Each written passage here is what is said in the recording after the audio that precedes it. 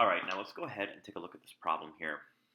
And it turns out that this is a two-part problem. And what I'm going to do is I'm actually going to ignore the question here and try to figure out what's actually going on with the car. So what's going on with the car is that it's moving at first, and for half a second, the car is going at a steady pace, and then it kind of skids to a stop here. So I'm going to call this first region here. The first region, I'm going to call it the constant velocity region. And the second region, the second area, or the second, whatever you want to call it, part of the car's motion,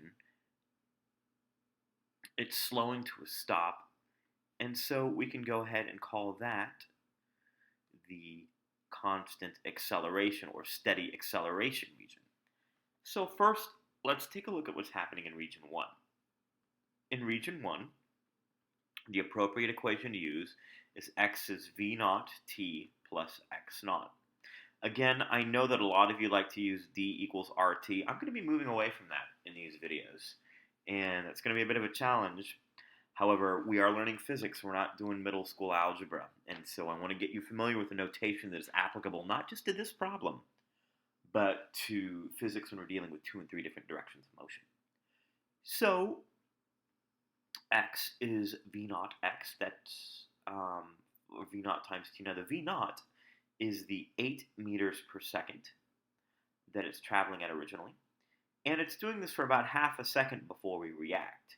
And we start from a position of 0, so x is going to be 40 meters for the steady part of the motion. And what happens next is that the car now slams on the brakes. So for this next part, now I'm going to actually use the constant acceleration equations, and we have 3 equations that we've used. X is 1/2 at squared plus v naught t plus x naught. V equals at plus v naught, and v squared equals v naught squared plus 2 times a times x minus x naught.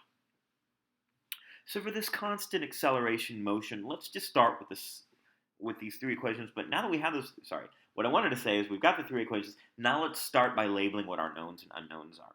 So our initial position for this part is the 40 meters that we've covered so far. We don't know where we end up. We do know that the acceleration is -1 meters per second squared. The other thing is that we know that our initial velocity is 8 meters per second. We don't know the time it's going to take us to stop, but we do know that we do end up stopped. So with that in mind, I'm going to go ahead and figure out what I can with this. So I don't know the time to stop. I can go ahead and solve that using the second equation. So v equals at plus v naught. 0 equals -1 times t plus 8. So it's going to take us 8 seconds to stop after we apply the brake.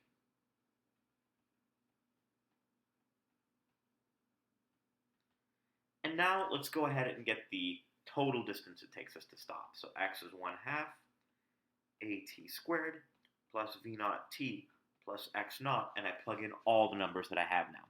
So x is going to be 1/2 times -1 times 8 squared plus 8 times 1 plus the 40 that I've covered so far.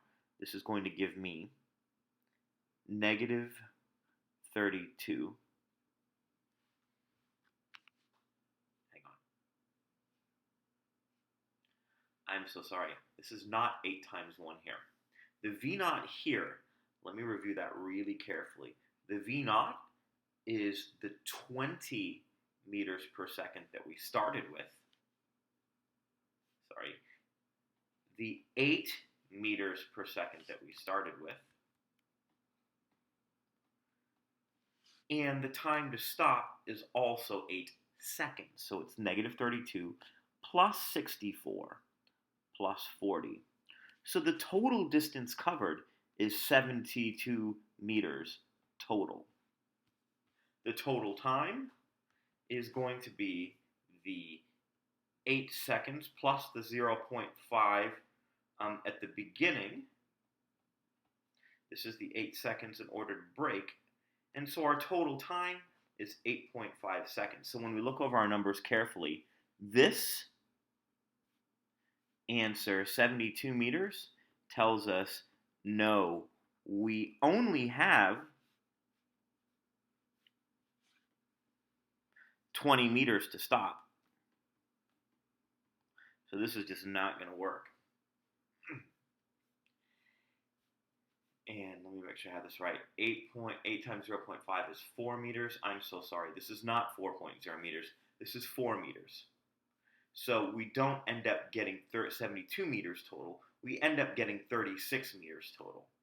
That being said, we're not going to have 20 meters to stop in if it's going to take us 36 meters, but when we have 20 to stop, we're not going to be able to stop before the stop sign.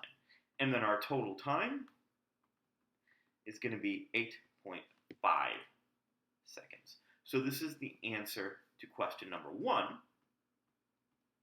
and this is the answer to question number 2. And you know what? I'm going to change these letters here. If you look at the solution later, I'm going to call this region A and this region B, because I don't want you thinking that these are the solutions to 1 and 2. So this is B here, and this is A right here, just so that you don't confuse these with questions 1 and question 2, because the answer to question 1 is here, and the answer to question 2 is here.